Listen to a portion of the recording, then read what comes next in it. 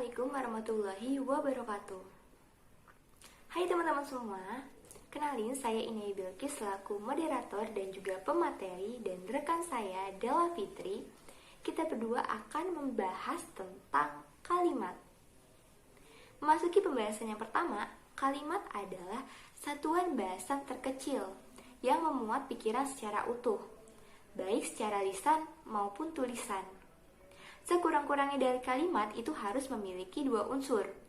Yang pertama, yaitu ada subjek, dan juga yang kedua ada predikat. Jika tidak memiliki kedua unsur tersebut, maka dianggap sebagai suatu frasa. Selain itu, ada pengertian kalimat menurut beberapa ahli. Yang pertama ada pengertian kalimat menurut Darjo Widojo. Menyatakan bahwa kalimat ialah bagian terkecil dari suatu ujaran atau teks wacana yang mengungkapkan pikiran yang utuh secara ketatabahasaan. Sedangkan menurut ahli tata bahasa tradisional dalam buku Cair, kalimat adalah susunan kata-kata yang teratur yang berisi pikiran yang lengkap. Sedangkan menurut Alwi dan kawan-kawan, dalam wujud tulisan, kalimat diucapkan dalam suara naik turun dan keras lembut. Di sela jeda, diakhiri intonasi akhir, yang diikuti oleh kesenyapan nada mencegah terjadinya perpaduan baik asimilasi bunyi maupun proses fonologis lainnya. Teman-teman juga perlu tahu unsur-unsur dari kalimat selain yang saya sebutkan tadi. Yang pertama nih, kita akan membahas tentang subjek. Subjek adalah pelaku atau orang yang melakukan kegiatan tersebut. Contohnya seperti ibu memasak tumis kangkung.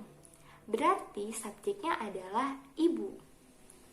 Dan yang kedua, Aldi sedang membaca koran. Berarti subjeknya adalah Aldi. Oh iya, teman-teman, selain dari nama orang, subjek itu dapat berupa benda, nama binatang, tumbuhan, seperti itu ya. Jadi tidak hanya tentang nama orang saja.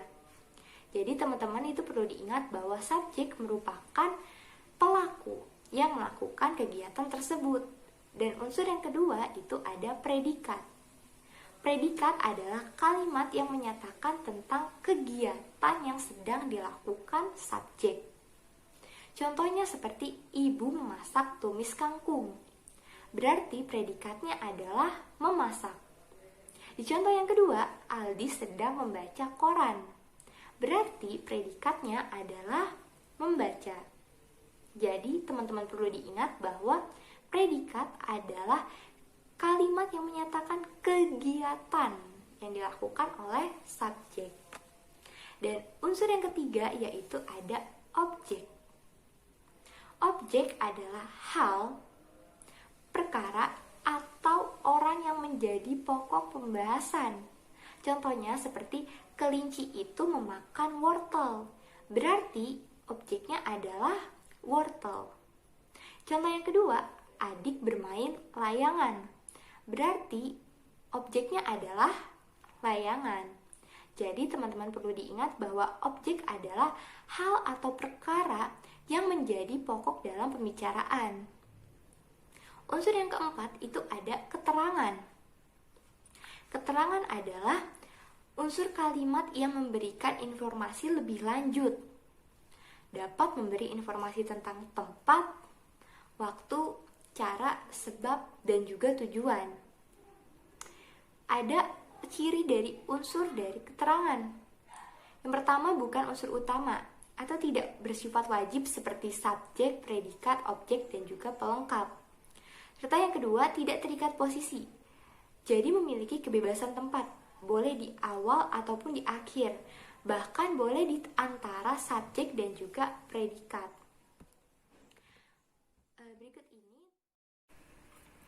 Berikut ini ada jenis-jenis keterangan.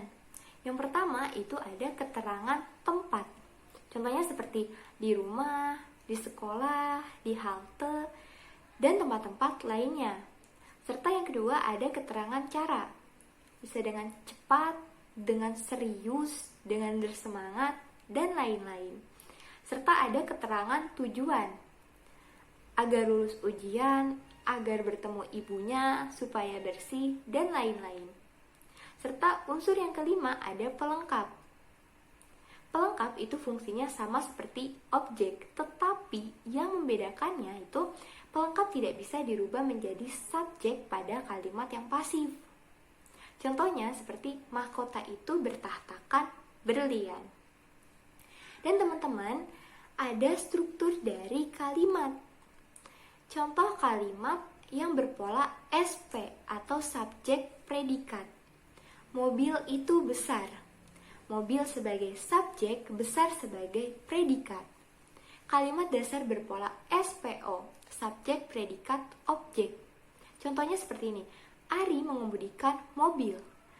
Ari sebagai subjek, mengemudikan sebagai predikat, dan mobil sebagai objek.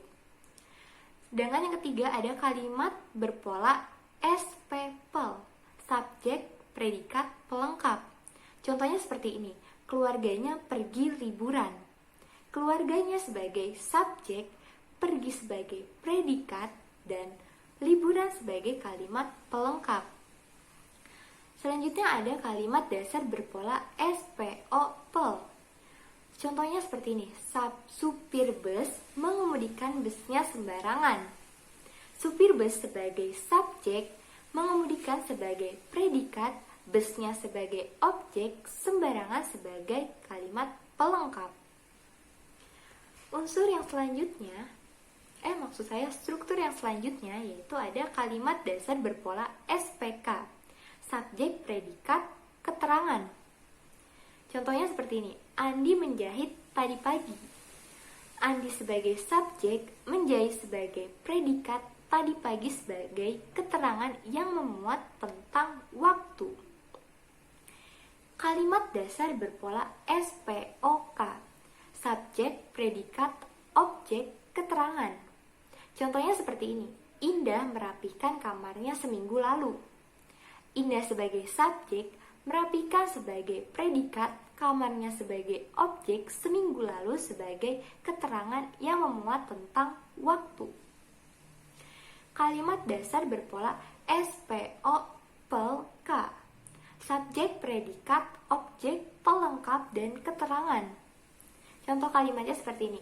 Ayah membelikan Andi sepatu baru di Margo City. Ayah sebagai subjek, membelikan sebagai predikat, Aldi sebagai objek, sepatu baru sebagai pelengkap, dan juga di Margo City sebagai keterangan yang memuat tentang tempat. Sedangkan ada kalimat dasar berpola SP, PLK, subjek, predikat, pelengkap, dan juga keterangan. Contoh kalimatnya seperti ini. Aku sedih ketika mama masuk rumah sakit.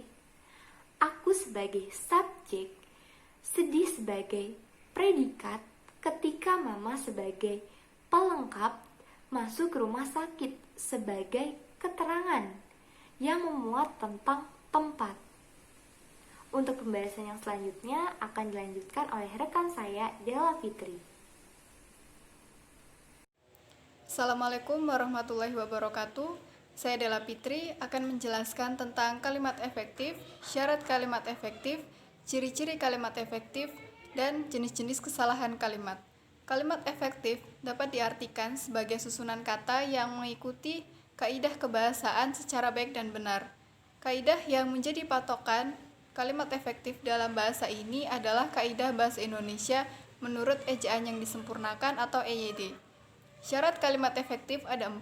Yang pertama, sesuai EYD. Sebuah kalimat efektif haruslah menggunakan ejaan atau tanda baca yang tepat. Yang kedua, sistematis.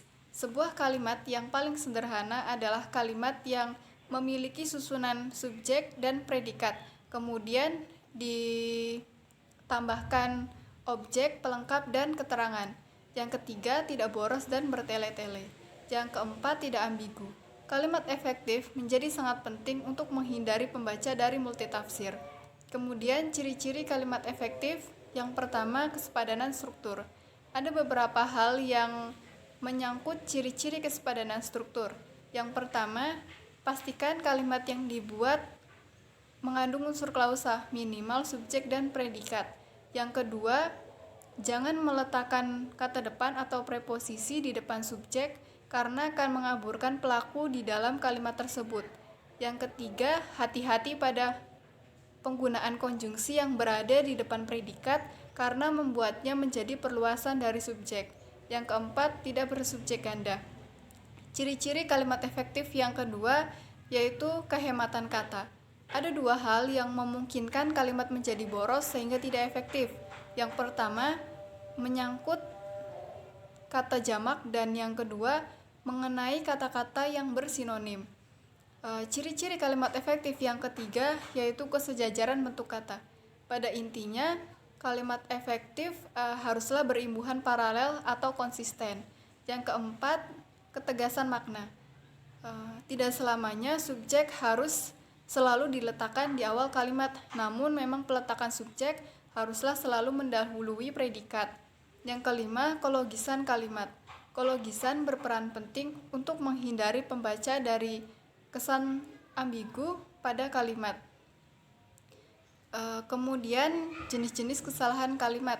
Yang pertama, ejaan. Ejaan adalah ciri-ciri yang digunakan untuk mewujudkan bahasa dalam bentuk tulisan.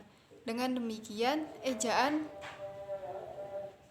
mempunyai kedudukan yang amat penting dalam bahasa tulis karena ia dapat memengaruhi seorang mengucapkan atau melafalkan bahasa tertulis tersebut.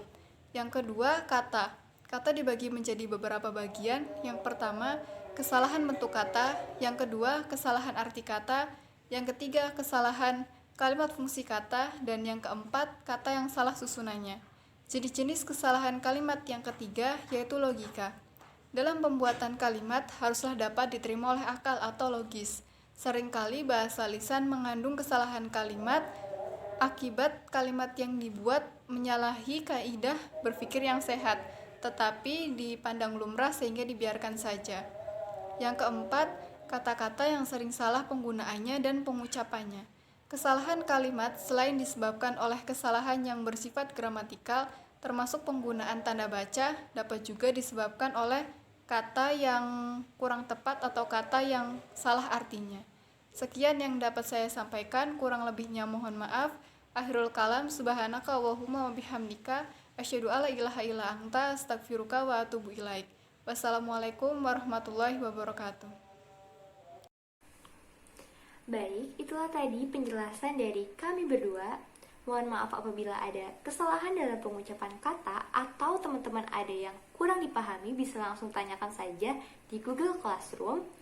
Kami berdua pamit undur diri. Terima kasih atas perhatiannya. Saya Inaya Bilqis dan rekan saya Della Fitri. Wassalamualaikum warahmatullahi wabarakatuh.